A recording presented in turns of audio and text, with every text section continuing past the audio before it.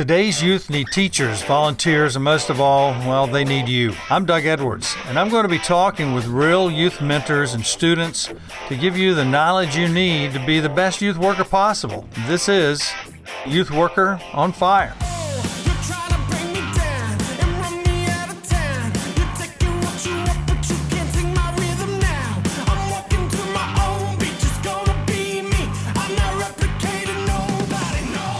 Hey, Youth Worker Nation, this is Doug Edwards, and I'm here today with Sean Algaier. I keep working on pronouncing Sean's name. That's right, you got it. And Sean is at Providence Road Church of Christ, and my son Ryan Edwards knows you. Mm-hmm. You guys have hung out, and he's hired here as part of your sound and media crew, and we'll talk about a little bit of that, but Sean, what I understand is that you have a history with Biggest Loser. You have a history with Toby Mac and Rachael Lampa and quite a few other people in Nashville. Mm-hmm. And now you are minister of music here at Providence Road, but you also have been a youth pastor. Yes, sir. And you have a beautiful wife, from my understanding. I haven't met her yet. Yep. And She's 3 wonderful. Young kids. Yep. You know, catch us up from there and tell us a little bit about your personal life. All right. Well, thanks for having me, first of all. Absolutely. I was a youth minister in Jinx, Oklahoma, which is basically Tulsa, Oklahoma. I was there for about 4 years. I was the worship minister and the youth minister at this church. And this was probably around 2007, 2008, around that time. And I loved that time. I loved being a youth minister. It was some of the best years of my life, I think, honestly. Some of the hardest years of my life, though, to be honest, because the precursor to that was living in Nashville. Yeah. I had transferred from York College in York, Nebraska. It's a private school. It's a totally awesome place. Go check it out. Anything in Nebraska is private, isn't it? Yeah, it's just kind of like, how do you get there, right? It's cornfields in York, Nebraska, and Nebraska football. That's all there is. Take the far left cornfield, and there's right. That's right. We all joke about Nebraska. No, yeah, but I'll tell you, I love Nebraska though because of that. Yeah. The town I was in, the school had about 500, 600 enrollment. And we were a very close, tight-knit campus. So it was a great time in my life because I got very close to some really good people. Mm-hmm. And I think that's what catapulted me into my adult life, which was awesome. But I ended up transferring after being there for 3 years to Lipscomb University in Nashville. I enjoyed that time there at Lipscomb, but that's kind of where I was launched into tour management. And so right when I started to work in Nashville, I did some tour management for some bands. I got started with a gentleman named Steve Rachael, who was in New Song, and grew to love New Song and did just a small amount of traveling with them.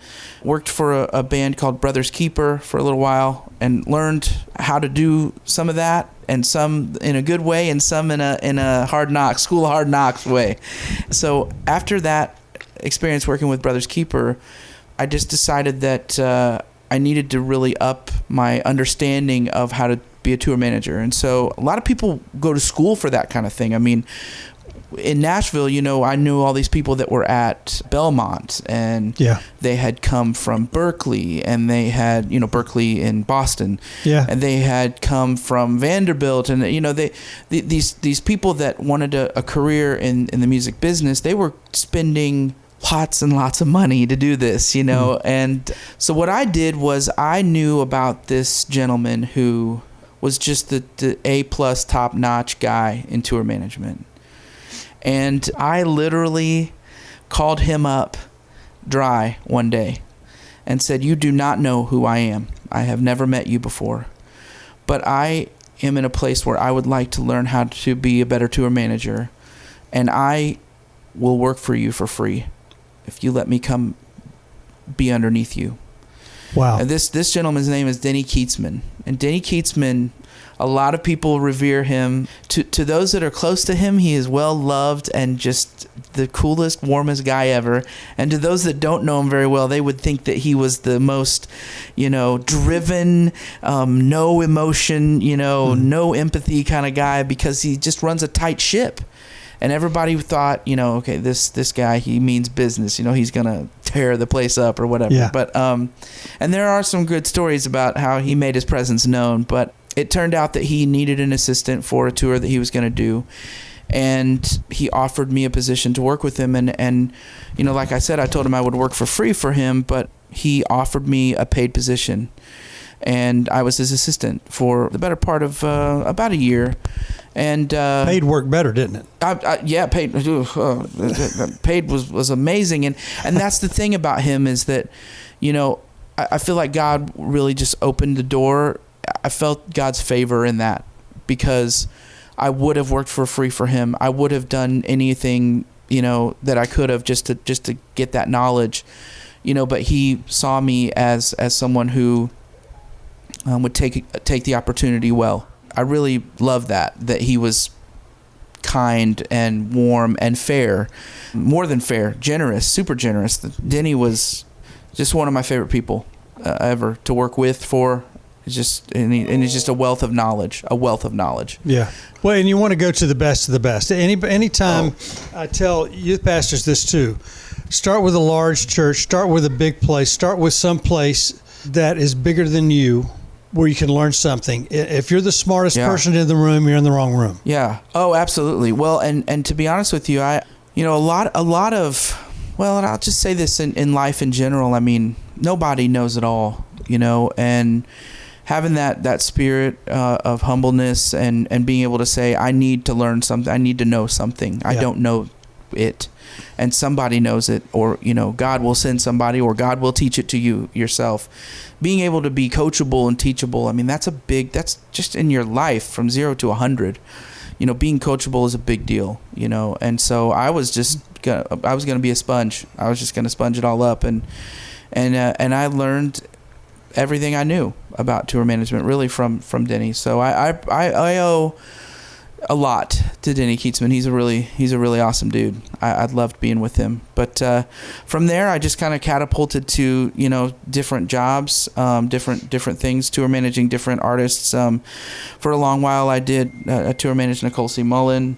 I became really good friends with Rachael Lampa, who is basically Rachel's brother. Mm-hmm. Rachel was an artist in the early 2000s that was a kind of a teenage, prodigy CCM type deal. And so I did a winter jam with them.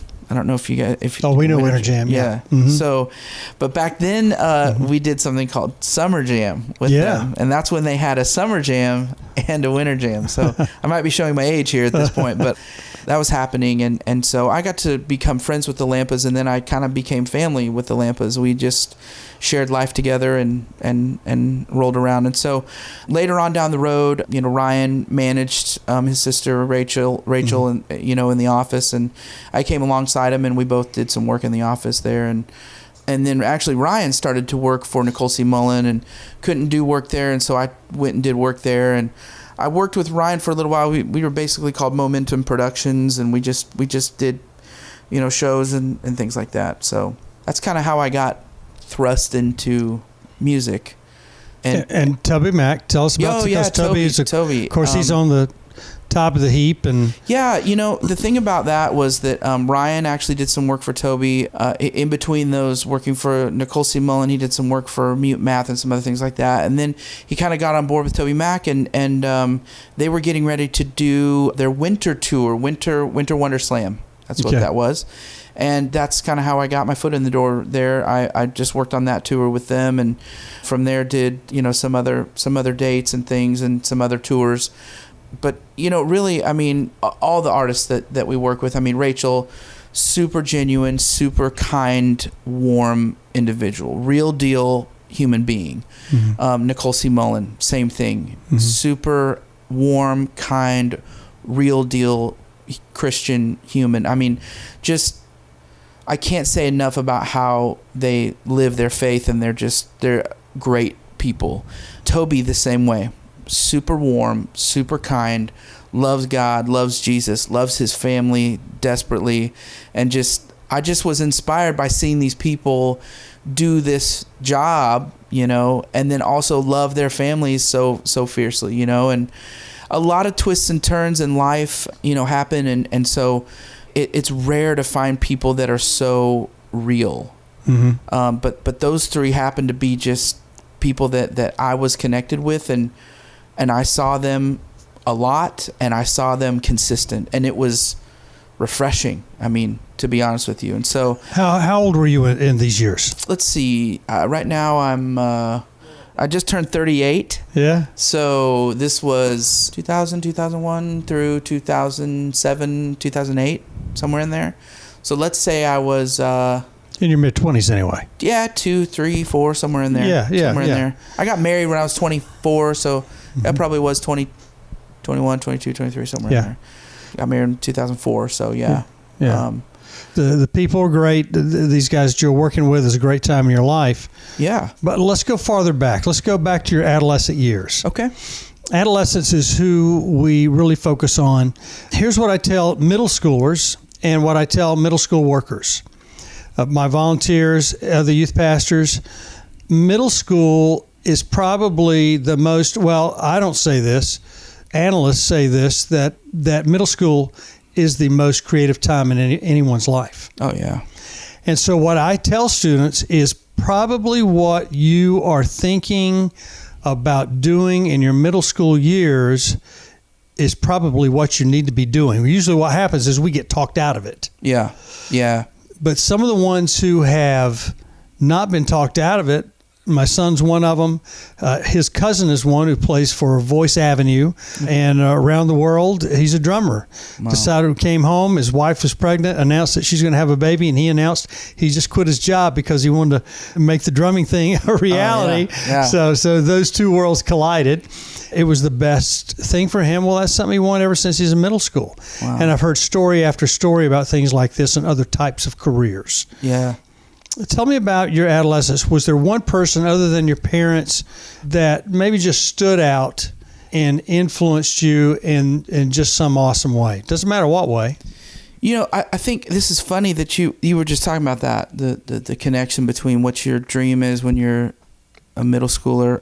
When I was a middle schooler, I went to a Baptist school. Now, I am a minister at a Church of Christ, and I was raised going to a Church of Christ, but I went to a small private Baptist school called Eastside Baptist Academy in St. Joseph, Missouri. That's where I was raised. And you've been all over the country. Yeah, well, and that's so I was born in St. Louis, raised in St. Joseph, Missouri. I don't get back there very often, but that's where I come from. Yeah. I want to say that the most influential person during that time was the principal of that school. His name was Randy Moore, and an interesting link from that time, which I have never even thought of until just right this moment when we were talking. I went to my first instrumental concert in my middle school years. My 8th grade year, I went to a DC Talk concert. Of all things. Of all things. That is funny that we are just even having this conversation right here like this now. Our town, St. Joseph is right on the Missouri River, and that year our city flooded really, really horribly. And so, like, state of emergency type thing, the river just overtook lots of homes and areas and stuff, and so they had a flood relief, like a flood benefit concert in this place called Krug Park in my town. And it was DC Talk and Cindy Morgan. And I went to this concert, and so let me be clear about something. Like, the Church of Christ is really known for being a church that doesn't use instrumental worship. Yes. And I grew up in that church. I grew up in a very conservative Church of Christ where even talk of people using instruments was wrong. It wasn't biblical. It wasn't scriptural, that kind of thing. Now, we all know that that's not true. Yeah. Now, and I stopped believing that when I, grew up a little bit and read the Bible and went to college and, started to have my own life kind of thing. But I will say that the only concerts I had ever been to up until that point were like acapella, the group acapella concerts. I wanted to be in the group acapella when I was a kid.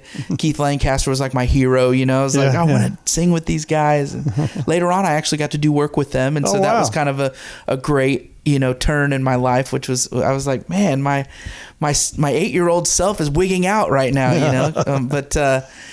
But when I went to this concert, I mean, lighting, smoke. I mean, DC talked, and they had just released "Free at Last," the "Free at Last" record, which was crazy record, amazing.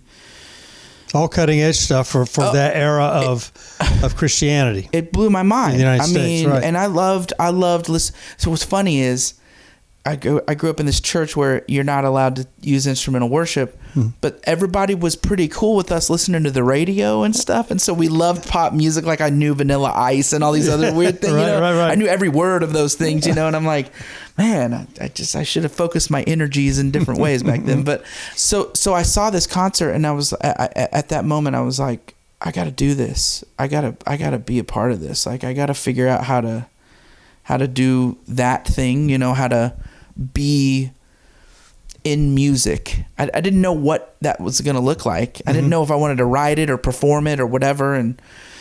But that was kind of a turning point. And this gentleman that influenced me that way was this guy named Randy Moore. He was the principal, like the headmaster of the school. And, Mr. Moore, he was a very organized gentleman. He was a very strict gentleman, but he was also a very loving guy. We all knew that he cared about us and loved us. And man, this was back like in the early 90s where if you mess up at this school, man, you get paddled. Like they bring a board out and paddle you, And so, yeah. I mean, several times I got paddled by this guy. But one thing that you need to know about my upbringing, about being raised, is that I was raised in a very abusive home physically. And so it was really hard for me to see the difference between really like anger and bringing someone up, correcting them so that they can see that, this is wrong and this is right. And God loves you and I love you. But this is the consequence of what, your action brings. And so Randy Moore, man, that guy, he really showed me what it's like to love someone and to correct them and to be on their side and to unconditionally love and care about me. And I grew to be, he might not have felt that. I don't know. But I felt very close to him. Like I felt like I could trust him. He was just a stone, man, like a pillar in my life. And I was actually at that school until my junior year of high school. I actually went there from like 7th, 8th, 9th, and 10th grade. And I was sad to leave him. I went back to a public school my 11th and 12th grade year of school. But he was, in my middle school years, he was the guy that I said, if I'm going to be like somebody, I want to be like that guy. That's right. I mean, that's what I tell youth pastors too, and I experienced this for myself. If you gain a middle school student as your friend, they remain your friend for life. Yeah. If you gain them as an enemy, they're probably your enemy for life. Right. And in fact, I witnessed that in a public school setting where I did some student teaching. It's under a teacher, and this teacher walked into her classroom, and they always set us up with A++ teachers when we did student teaching. This teacher walks in, talks to her. She walks out. She says, "See that teacher? Yep. Well, my daughter was in her class when she was going through a divorce. Wow. And she is a very good teacher, but during that divorce, she could not separate her emotions. And my daughter, who was in her 20s at that time, dislikes her to this day." Wow. Yeah. And that was a clue for me. But middle school is such an influential time. And this guy not only showed his love and compassion for you during middle school, but it carried through to your early high school. Absolutely. Big deal. Yeah, huge deal. And I think, in some ways I was really anxious in my spirit, a lot about what life was going to hold. Rewind back to when I was 1.5. I was in foster care and adopted at the age of 4. So my life had pretty much always been in a place of formation. It was still coming to be. I saw these kids who around me who they were just chill, confident in who they were. They run home, they have love, they have families, and they feel confident in that love. And man, I felt like it would go away, at any moment. I didn't know, one thing or another, and so to have that formation still be happening in the middle school years, which you see this, I think, a lot. When I was a youth minister, I saw several, middle schoolers that were just, they weren't fully formed yet. They weren't, and not that all middle schoolers are fully formed, but in your heart, you've either come to a place where you're like, okay, this is what it's going to be, or I still need to do something. I still need to figure something out. And I was definitely one of those kids that was figuring something out. I didn't have any, like, this is how it's going to go. I'm going to, Right. And so to be under him during that time was key in order for me to grow up. Mm-hmm. And I look back on that and I think, but that guy, paddled you a few times. I'm like, yeah, but it wasn't like, wow, you're an idiot. Wow, you did bad. Wow, you're, no good. You're worthless. He was like, you're awesome. You're amazing. And what happened here, that wasn't really displaying you're awesome and you're amazing. So we're going to correct it here. We're going to get you back up on your awesome and you're amazing. What a great way to put that. Yeah. And so I'm over here like, wow, this guy, like, he believes in me, and that's what you need. You got to have people that will come around you that just totally believe in you. They might not approve of like every single thing you do. Yeah. But they're willing to speak up and they're willing to work with you. And if you'll let yourself be open to that kind of thing, God will send people to come and be that for you. It is important that we speak positive words to students, but now that we know what the love languages are, it's important as youth pastors and music directors with the people you deal with and teachers and coaches, administrators, to know the love languages of those students. Yeah. And their teachers. Yeah. And their coaches, because it's that melting pot. We often want to give away the love language we own, that we have, that is ours, right, thinking that everybody grows that way. Absolutely. But the growing part, mine's words of affirmation. My wife is acts of service. Okay, there you go. Well, I'm lousy at acts of service, and I got to work on that all the time. And my wife's quality time. There you go. So I'm like, oh man. Exactly, yeah. Right. Let's go to The Biggest Loser, and let's talk about that. Ryan's told me a little bit about that. So he says it's a topic we need to talk about. Okay. And we'll see if these other things about best, worst moments in life, come up. Yeah. But give us that story. How in the world did that happen? Well, that's a God thing for sure. I was a youth minister in Oklahoma at that time. There was an open casting call for The Biggest Loser in Oklahoma City. I was in Tulsa. There was one in Oklahoma City. This was going to happen on February the 21st of 2009. And a friend of mine, a guy named Zach Allen, was, I think he was attending Oklahoma State University, OSU is what they call it, at the time, and had seen where there was an advertisement for this open casting call. Now, this is like just a cattle call, everybody right, line up and we'll see what happens kind of thing. And so he saw this either in a newspaper or hanging on a sign on a telephone pole or something. I don't know exactly where he saw it, but he saw it and he called his sister, Ashley, who was very close to us. She was in our youth ministry at the time. She was with my wife, and he called her and he said, hey, there's an open casting call for The Biggest Loser the 21st.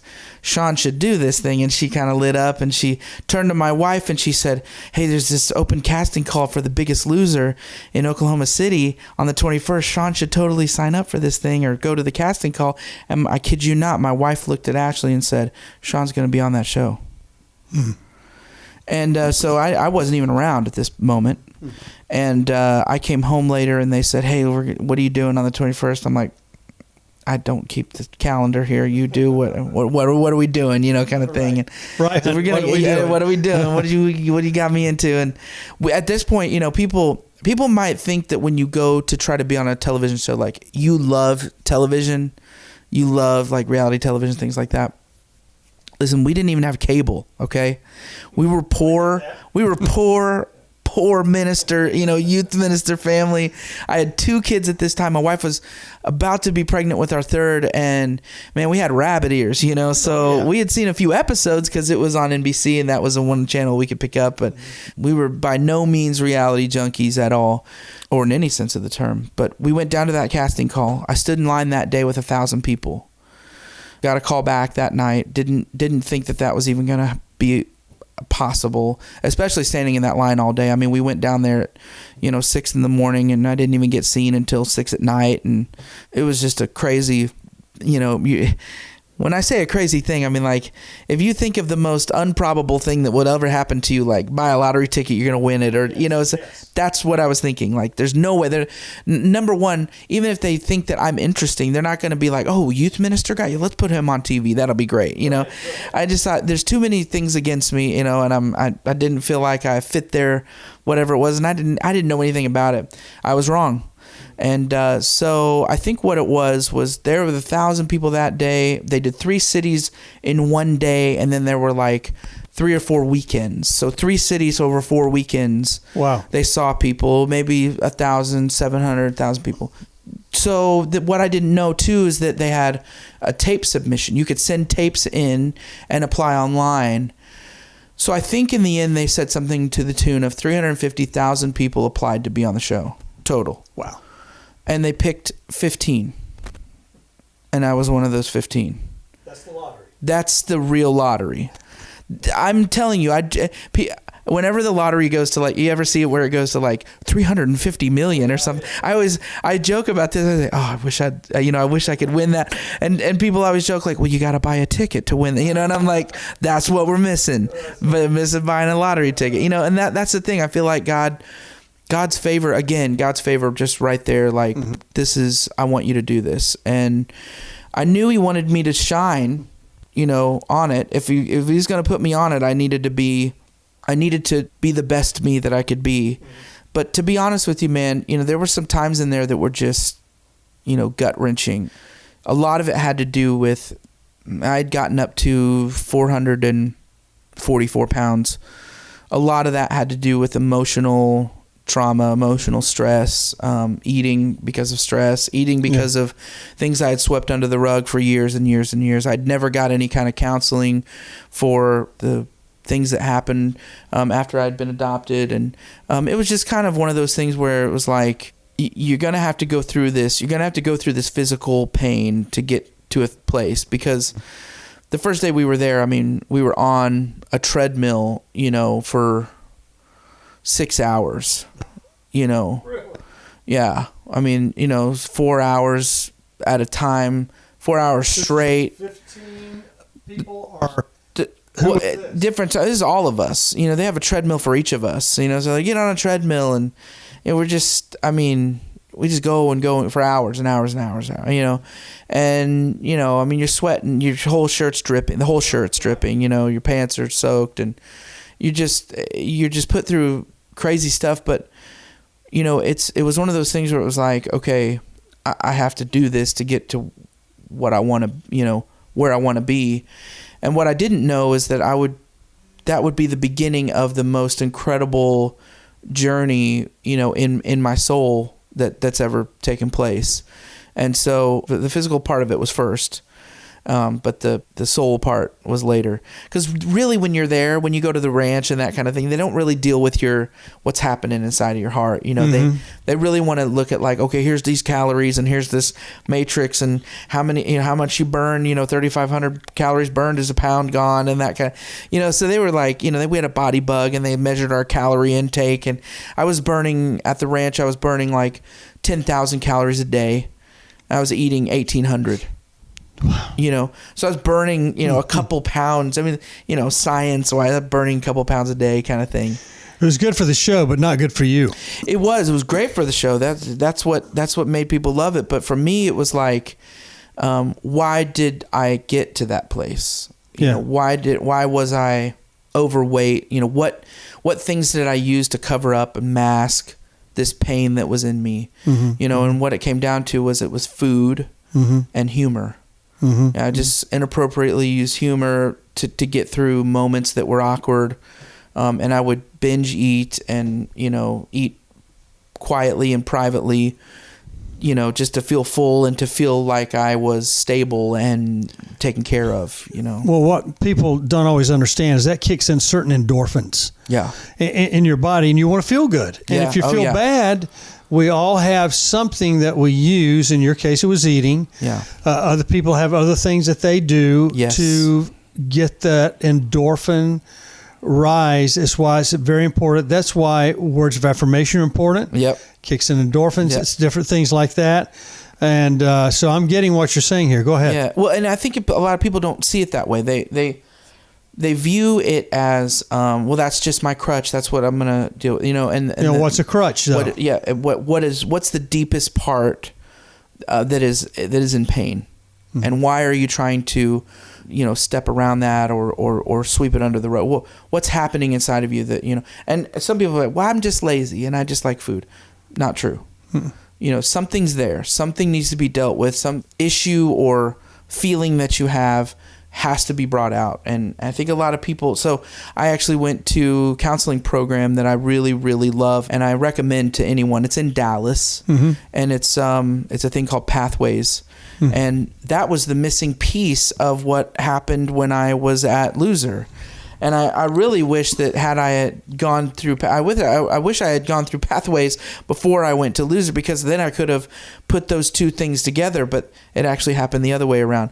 But what I loved about that was that I took responsibility for, what was happening inside of my heart. And I was holding myself a prisoner of this pain and this stuff that was in there. And so, losing the weight, so by the numbers, I lost 155 pounds in 6.5 months. And then I lost 200 pounds total in a year's time.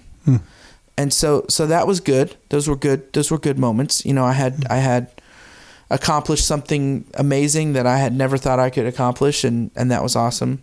But when that was all over, and when all the speaking engagements were over and the traveling was done, life hit like a ton of bricks, man. And that's when I decided to do a little bit of heart work, and discover, more about why I did these kind of things, as opposed to how to just treat the symptom. That's what bothers me about, treating symptoms, like I took a pill for this, and so that gives me this side effect. So I take a pill so the side effect doesn't do this. And then and I'm like, oh, when does that stop? When you just, one day you wake up and doctors, it's over. not all doctors. I mean, we can't put all doctors in categories. No. But I mean, that's the tendency on my part too. And you can't do that because, but some of them, their thing is, they're healers. They want to fix and then fix what they fixed, and then fix what they fixed. Right. And you end up with all these pills, and everyone's not like that. All doctors aren't like that. But the thing is that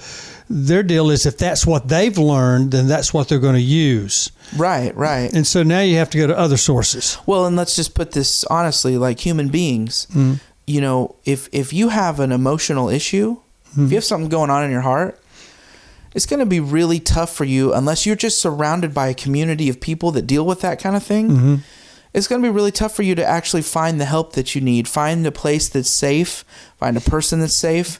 And so, my thing is, and I tell my kids this in the youth ministry, I tell all my friends this, hey, surround yourself with people and a community that will lift you up, and when you are in crisis, will point you in the right direction. Because it's invaluable. If you're having if you have an alcohol issue that's been dormant for a few years, but it raises itself back up again, my prayer is that person is around people that will not judge him, will not leave him or her or whoever that person is, and then point them in the right. Here is treatment. Here is help. I'm right behind you. And so I can't say enough that getting help and getting treatment is important, but surrounding yourself with the right people. I mean, and I used to hear Toby say this all the time.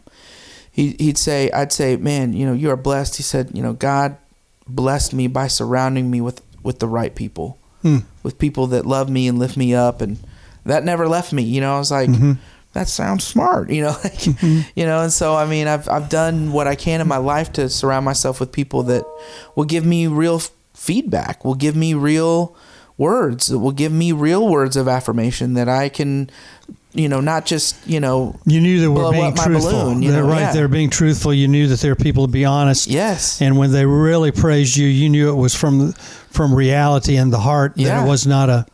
Yeah. And here's one thing I tell people, and this is what you've done. I don't know if you've put it in this perspective or not. And I've learned this over the past 8 years of my life, and that is, make sure you surround yourself with people that are, this is the word I use, scary. And what I mean by scary is not, bad people. I'm saying the people that are scary to you because they do things bigger than you. Yeah.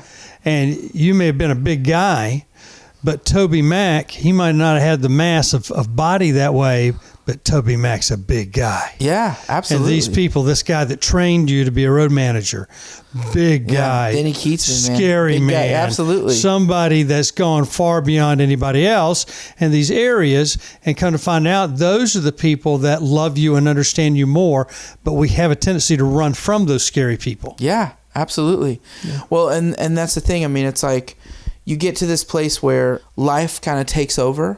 Yeah. Your schedule takes over. I mean, I get it.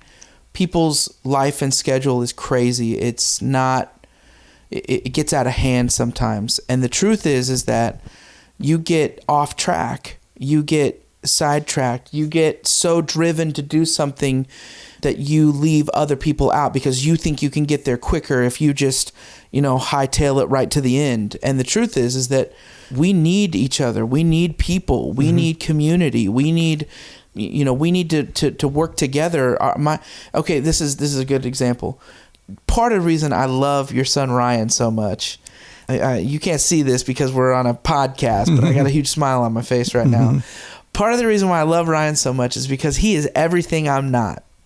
Every single thing I'm not in this ministry, and but he's the tech director, and we're co-workers. You'll compliment each other. I'm telling you, I let him do his thing. I see how awesome he is at all these 10, 15, 25 things, and I'll be like, Ryan, here you go, brother man, here it is. And Ryan, I mean, this in the same way. Ryan will be like, hey, here you go, here's the thing, here's what you, and I love that because we have a really great working relationship, but also we have a really great friendship. And I think in life, I think that's what most people are really missing. They have people that do stuff for them, and they have people that will, pump them up and puff them up. But really, do they have people that they're working alongside? Do they have people that they trust? If I go to Ryan and I say, tell me the truth, how was this? And Ryan said, nah, it wasn't that good. We need to do that. Let's change this. Let's move this over. I say, man, thank you. That you're absolutely right. Let's check that out. Let's try that out. That's the thing, man. People are just missing people. To the point that you were talking earlier about middle school. I'll be honest with you and say, when I was in middle school, I was totally lonely. I was missing people. I was missing community. I think most middle schoolers are, even with community. Absolutely. Yeah. And this guy, Randy Moore, this principal, he made me feel like I was a part of something. He made me feel like I was included, like I meant something to him. And I think that's to me, that's like the marrow of life. It's like being in community, being with people, teamwork, working together. I love that. That's like, I just love it. Yeah. So. And Ryan didn't have that for a long time either. He's in band after band after band. Yeah. And he found himself to be the smartest guy in the room. Sorry, you guys, if you're listening from the other bands. But from the standpoint of he was raised up with me doing big programs. Then I would introduce him to people who did bigger programs. In fact, one time we sat down because of my friend. We sat down and got on a phone call with a guy that ran Night of Joy. Disney. Oh, I love Night of Joy. Yeah, I got great Disney. memories of Night of Joy, man. Right. Yeah. I said, and Ryan, I think, was 16. I said, he needs to know what you would recommend in a music career. Oh, man. You know what he said? What did he say? Don't go to Disney. Don't go to Disney. Ryan and one of his bands played at Disney several times. Oh, man. But the big hard knocks thing for Ryan was one of our buddies, Justin Cox. had been a student of mine and then volunteer staff for a while, became a on-the-road band guy, and all these guys knew him. He called me up one day, and he knew that Ryan was doing the band thing. He said, would you mind if I asked him to come be a roadie on a tour, be 3 months? And I said, no, I think it'd be the best education he could get. Yeah. So he went on the road. 2 days or 2 weeks into it, something like that, he calls me up and says, Dad, I need to come home. This is a horrible tour. This is blah, blah, blah, blah. I said, I ain't got the money to bring you home. Do you have the money? Yeah. He said, I don't know. I said, well, go check out the plane tickets. He calls me back and he says, I ain't coming home. That's I don't think he used the word ain't, but he said, Yeah. I'm not coming home. And so it ended up being the hardest tour of that band's life, which was the best education for Ryan, which set him up to help guys like you. Yeah, that's an amazing way to put that. And to be honest with you, I think it's in some of those worst tours that I've ever done that I learned You've had the most. some. Oh my goodness, I don't even want to say what they are for fear that somebody will listen to this and go, "Oh, I remember that." Oh, I understand. One. Yeah. I will divulge one small time. It was a multi-act tour. The bands were Salvador, Jeff Dio, back when he was doing the worship thing after Sonic Flood, and man, who else was on that tour? Oh, and you young youth pastors, you have no idea who these guys are, but the guys who youth pastored you, they know. Yeah, so this was, and so we went out on this tour, and we showed up to leave, and they didn't have a box truck. This was gonna look something like Festival Con Dios, but it was gonna be something else.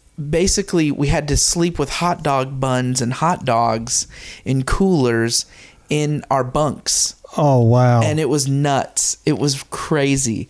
And they finally got a box truck and some other stuff, but it was crazy. So here at Providence Road, each year we do something called Serve. It's a service project that's really family oriented.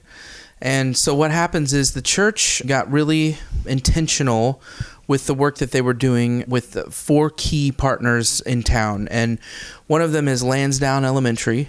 One of them is Sunrise Assisted Living Center. It's down the street. Another one is Hope Cancer Ministries.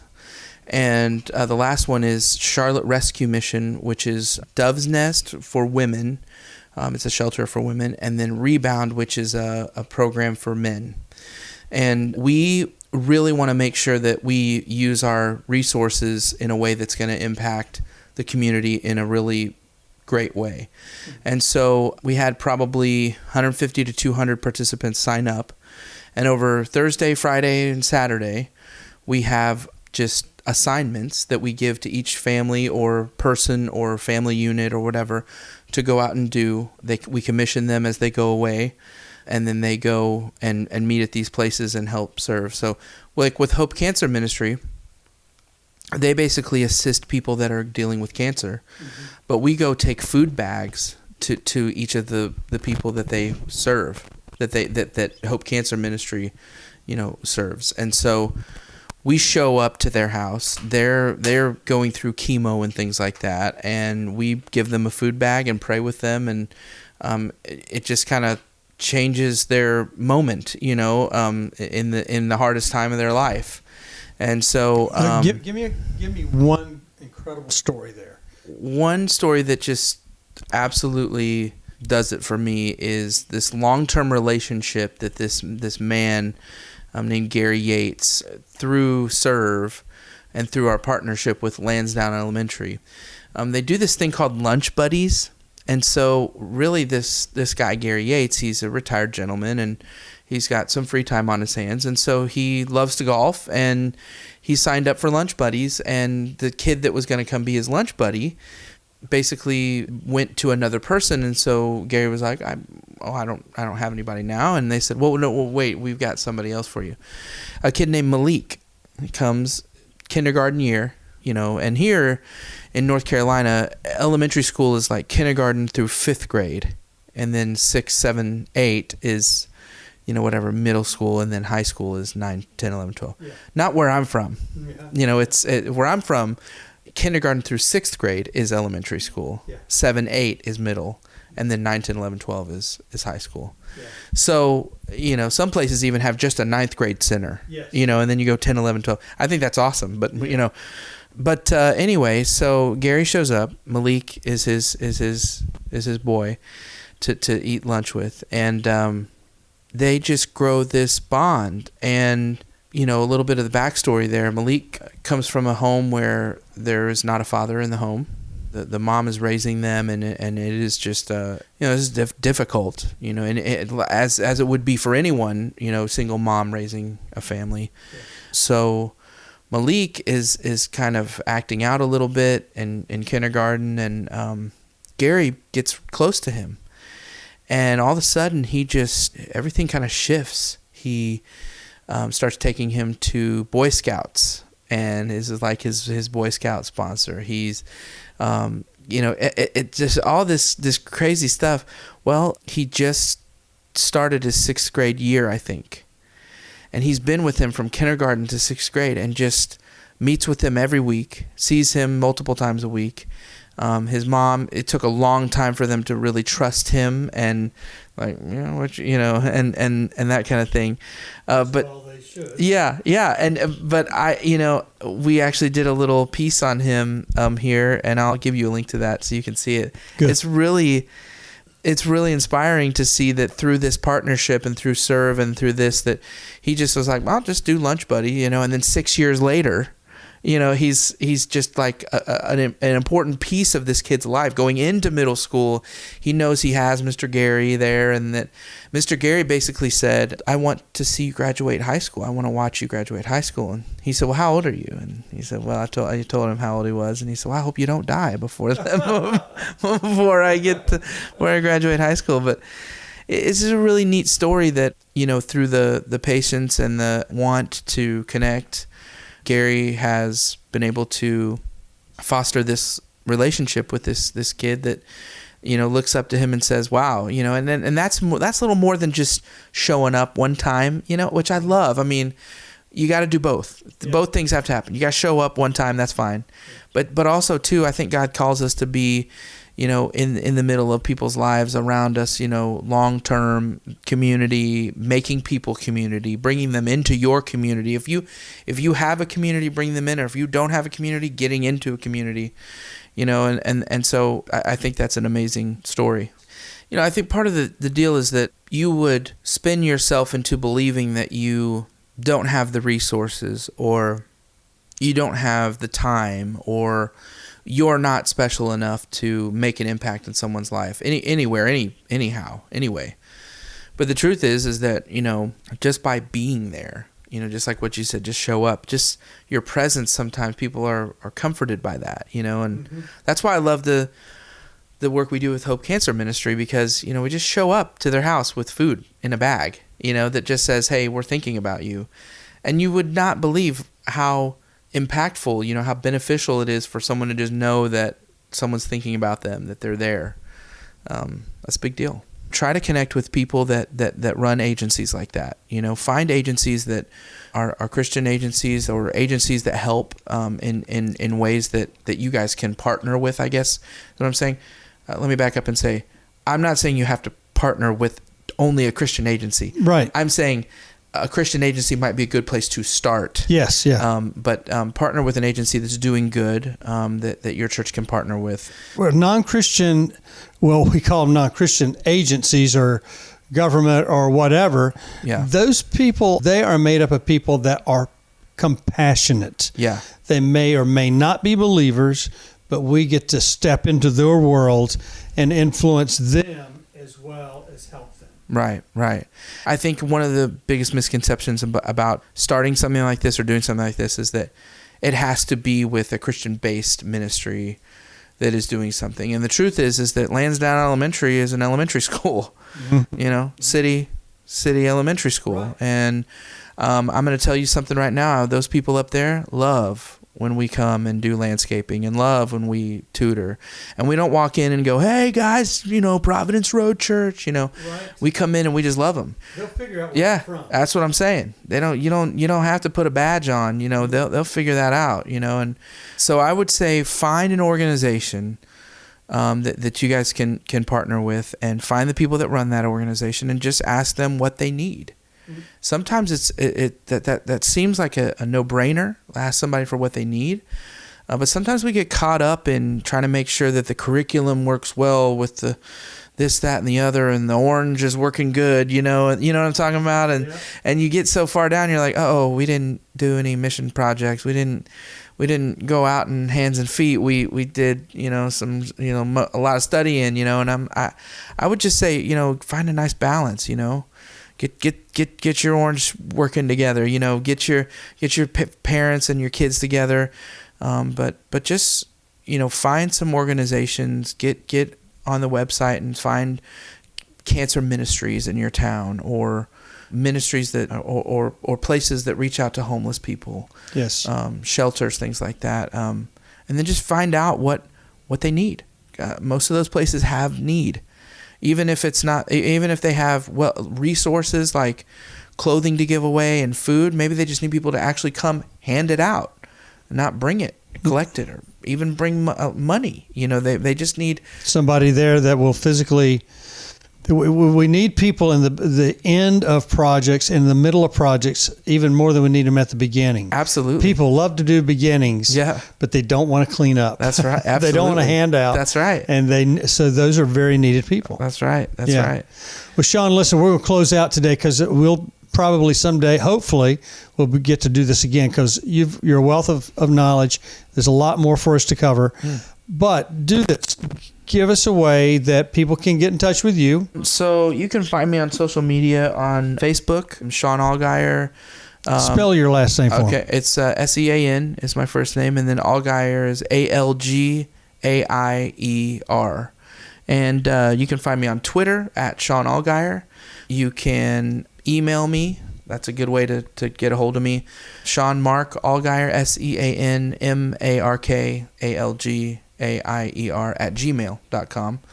If you get a hold of me on social media, if you email me and we start to have a conversation, I would love to give you my phone number. So you youth workers that are out there, you're in the trenches and you're doing your thing. I have so much gratitude for what you do. I think it's a big deal. I just want to say, hang in there and stay strong. And it means something. It works. It does what it's supposed to do. I'm just going to pray that God blesses your ministries and that you guys are feeling the love and that you can be strong enough to carry on. That's great, Sean. Say goodbye, Youth Worker Nation. Goodbye, Youth Worker Nation. You've been listening to the Youth Worker on Fire podcast. If you like what you hear, please subscribe and tell your friends. Also, leave a comment and tell us what you think. Stay tuned for more informative episodes.